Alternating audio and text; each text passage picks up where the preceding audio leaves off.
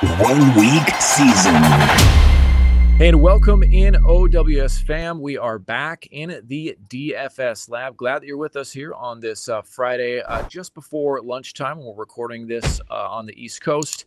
I'm your host, Cheeseman. As always, this is presented by oneweekseason.com.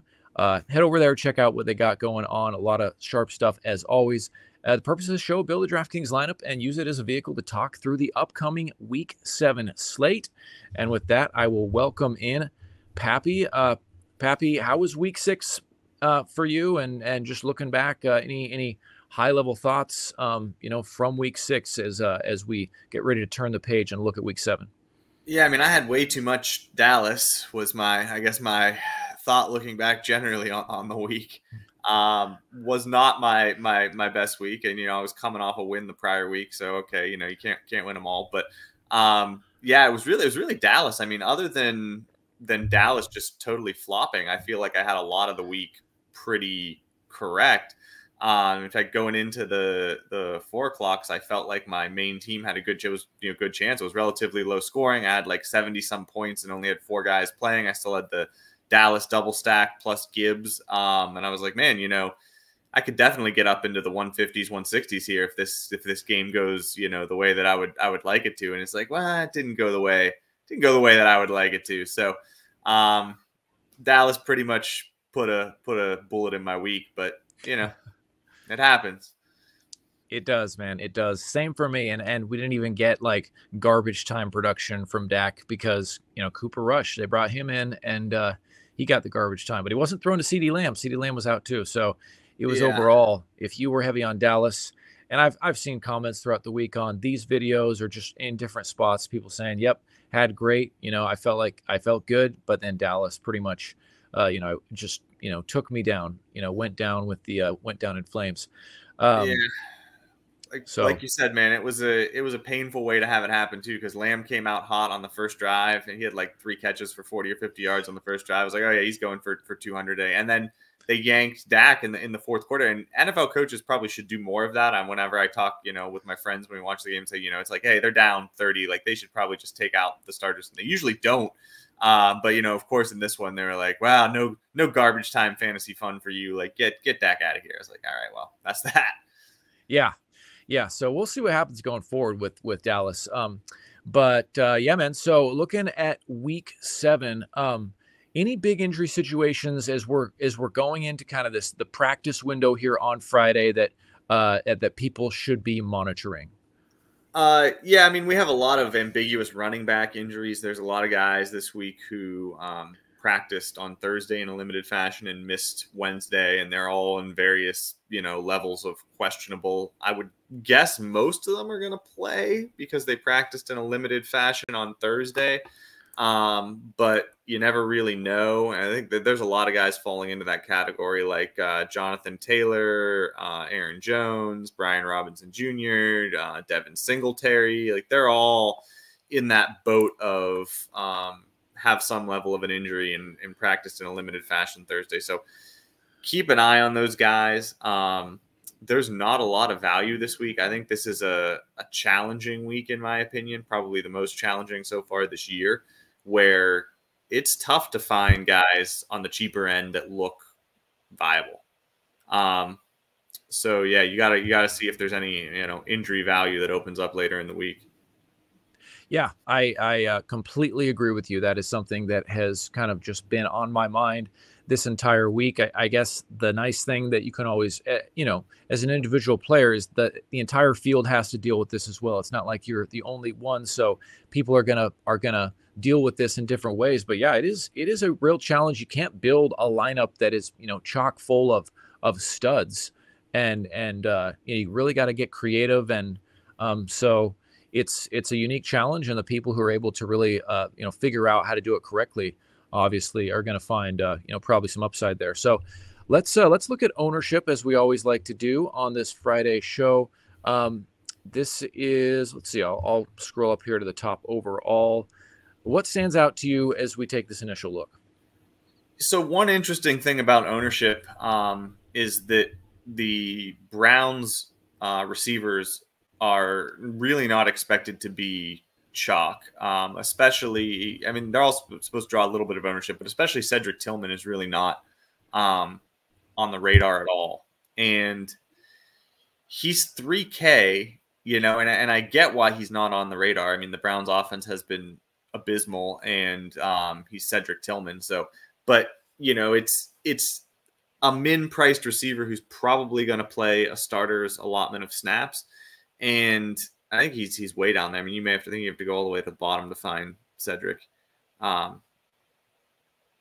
He's somewhere there. He is 1%. So that was something that I was just, I wanted to look at the Browns receivers ownership, and I was a little bit surprised to see him that low. I mean, I thought he would probably be more like 7, 8, or 9%, just because there's not a lot of value this week. And I think Elijah Moore is higher up there.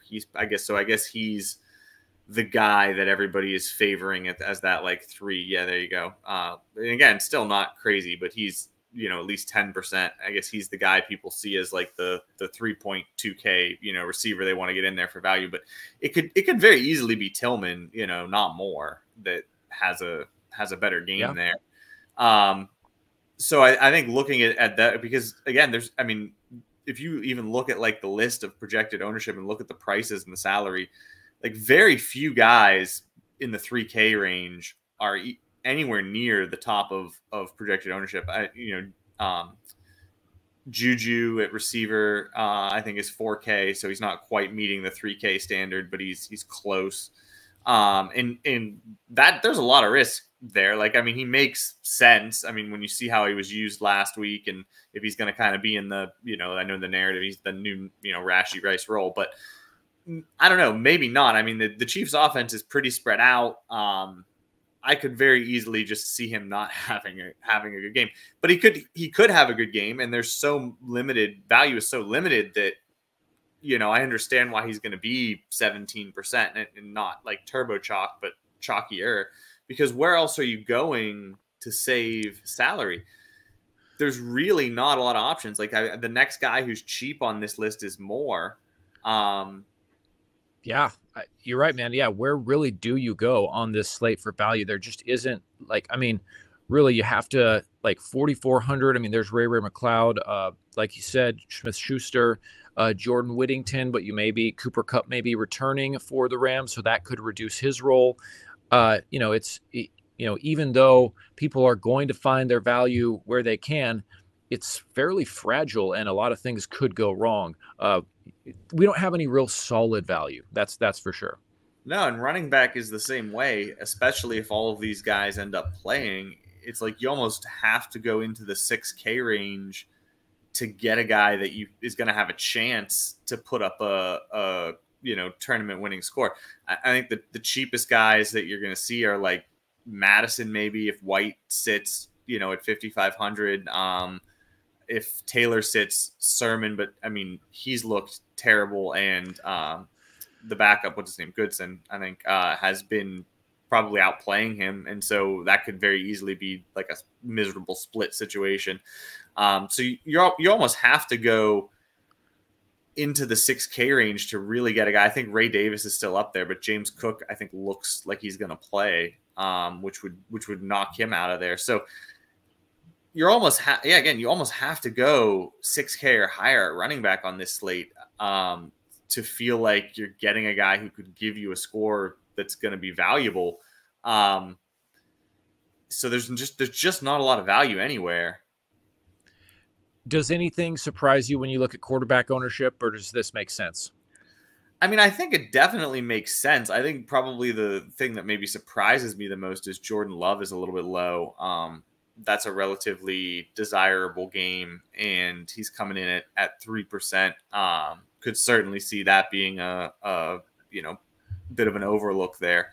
The other guy too who is low owned here is Deshaun Watson, and boy, do I hate trying to recommend Deshaun Watson because he's just been so terrible, and he just keeps getting cheaper. And I wrote this game up for the Edge, and it's like, man, he's 4,900. The Bengals defense has not been good. He's playing at home. The Browns played their last 3 games on the road. So, and Watson's best, fantasy games this year have come in their two home games. They've only had 2 home games.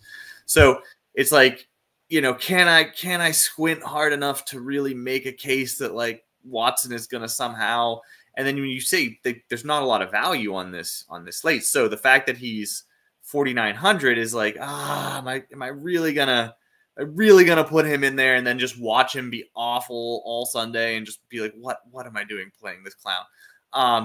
I mean, he'll probably score more than Dak did on Sunday. Yeah, well, probably, but he might not break 10. I think his last 2 DK scores were under 10, so they were. So it's like it's so difficult to play him. But then you just say, well, he's a quarterback and he runs and he's 4,900, and like, could he score 20 points because he's a quarterback? Like, yeah, any quarterback could score 20 points in any given game. So like, do I want to man up and roll the dice on Watson? I mean, I think he is a good tournament play. I probably won't have the gumption to play him in small field single entry stuff, but you could look back at the end of Sunday and Watson could have a 25-point game, and you could say like, why wasn't that obvious that he's 4.9K and at home against a bad defense, and like I should just give him a whirl. So I think his ownership is interesting too.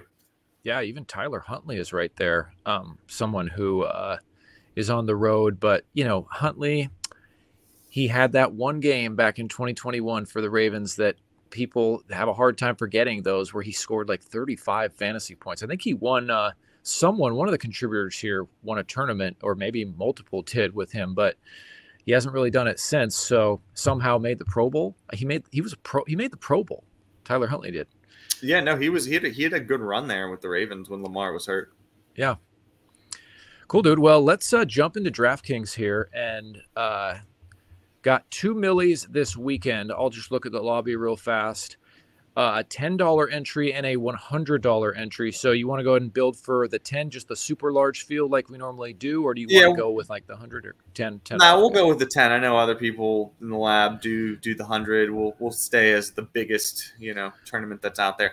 And when we have like a $10 or $5 Millie Maker, right, we're playing this with an enormous number of entries. So you basically have to get the players right, for a lack of better way of saying it.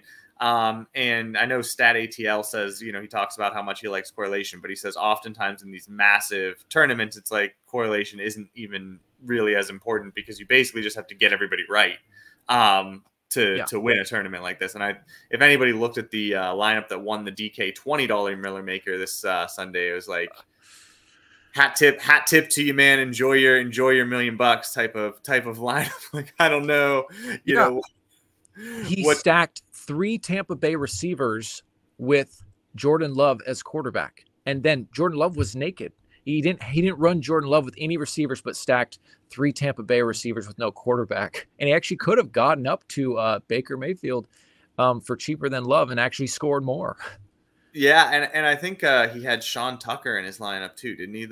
Yes, that's right. Yeah, it was like, and I try hard to like say to myself, it was just a really sharp play. Like, you should have been thinking more, Bucky Irving, everybody. What about Sean Tucker? Like, maybe, and then I'm just like, how do you get to Sean Tucker? Like this, I don't. And he was like 0.01% played or something. Like, I mean, I think he was the whole lineup that had Sean Tucker type of thing in the whole Millie Maker. So it was just a lineup that you looked at and you were like, you know what, man, enjoy your $1 million. You deserve it. And I think he ran away with it too. I mean, he won by like 15 or something. He didn't even have to sweat. You were looking at it, you're like, this dude's just popping the champagne with like half left to go. I mean, he's like, he couldn't lose. Can't imagine what that feeling was like. What if he did? What if he just entered it and forgot that he entered it and then came back later? Wouldn't that be wild if you weren't even like paying attention? Like, and then he came back, we're like, holy shit. Like, I just won $1 million. Sean Tucker was like a placeholder. You just like put him in there to exactly. I'm gonna change this thing. I'm just like, oh man, Sean Tucker. We need to find this guy and have him on just interview him and ask him, how did you get on this lineup? Yeah, I think he only played one lineup in the whole thing too. I think it was a single, so he just nailed it. He fired one bullet and he just nailed it, right right between the eyes. But what could you say? Like, that's what I mean. Sometimes those large tournaments, like where we spend a lot of time on correlation and what makes sense this way or that way, what's maximizing our odds, and sometimes you just have to get everybody right. And so, with that sort of in mind, even especially for a $10 tournament, we're going to, as we build this lineup, we're going to have some correlation in here. But there's also going to be some elements of this lineup where I'm just saying, like, I'm just going to try to get this player right and say he could score 30 points, And so to start with the opening stack, because I wrote the game up and we talked about it a little bit, let's go ahead and put Watson in there at quarterback. Heaven help me.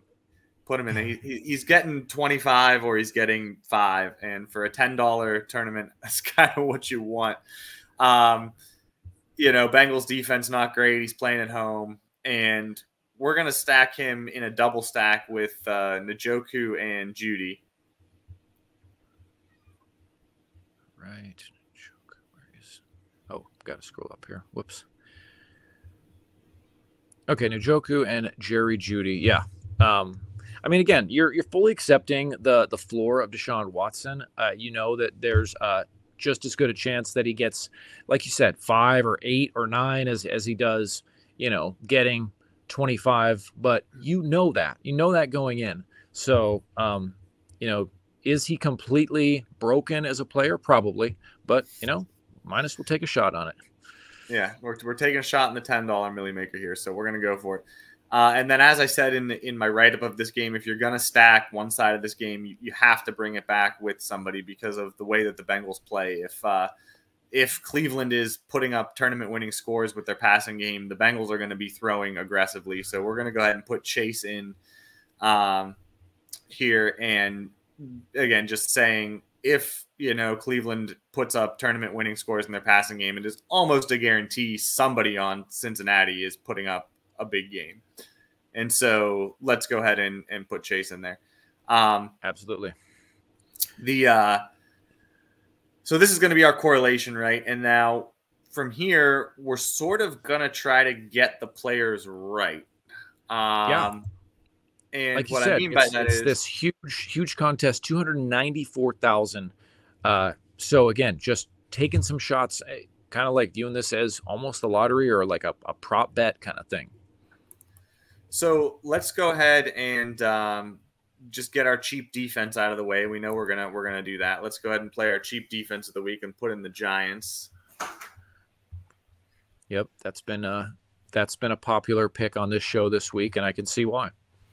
Yeah, they've been pretty good. They've gotten a lot of pressure. Philly's offense hasn't looked great. Divisional game, they're at home, and they probably are just a little bit underpriced at 2,500 for that matchup. Yep, no, love it. So we get our cheap defense in there. And now when we're going to go to running back, and originally when I played around with these lineups, I tried to find a way to get cheap running backs, but there's just not anybody really that you feel like is going to be able to put up a tournament winning score below the $6,000 threshold. There's really not. So kind of changed gears and said, let's go ahead and let's play who I think is the best running back on the slate. Let's go get Williams. All right, Kyren Williams. I kind of suspect Williams is going to be a little bit underowned this week just because there's not a lot of value, and there are a lot of running backs in the 6K range that you can look at and say, like, this guy could have a good game. And so I don't know that a lot of people are going to want to go up and get him. And it's sort of a play where I'm just saying, like, let's just try and get it right. Like, maybe he's just in a spot where he could go for 30 plus. He could go for 30 plus without anybody else in the game necessarily needing to be on your roster. So let's just get him in there and hope he has a blow up game. Yep, absolutely. The other running back that we're going to go with and is kind of in the similar vein of let's just hope we get it right is Josh Jacobs. Yep. Green Bay at home. Again, he's playing at home. I think that Green Bay game has potential to score points. It could be a type of situation where if he gets all the touchdowns on Green Bay and Houston's offense is spread out, maybe he's the only player in that game that you really want. And Tony Pollard, I think, is going to be very popular at 6,300. And so I think Jacobs, he's projected for around 10% ownership, which is like the guy just below the top tier of ownership for the, like, there's a tier break below him. I actually could see it end up being lower because I think Pollard is going to be the chalk at RB, with Spears looking pretty iffy in a good matchup. I think it's going to be Pollard that's like 25-30%, which will, because Jacobs is priced right there, make him naturally lower. So wouldn't shock me if Jacobs ends up 5 to 10%, more like 6 or 7%. And I think that, again, you're trying to get it right. He could score 30 points. Like, I think he has that in his range of outcomes. Let's go down and we can go to the flex spot here because it's going to be in the late game. And let's play our last salary relief. We're going to play Juju here. I think he's a little bit shaky as far as like his ownership and, what we can expect. But there's just not a lot of great places to go in this price range.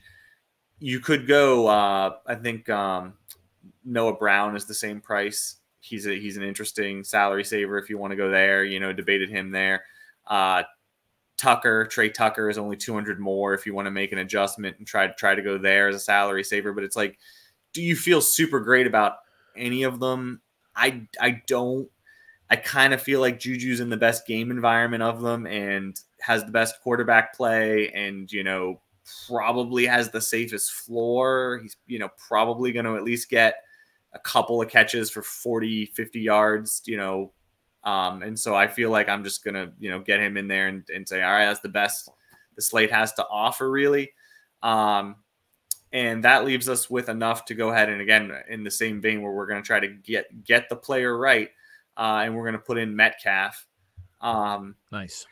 Who is a guy that I think, again, has 30-point plus range of outcomes games.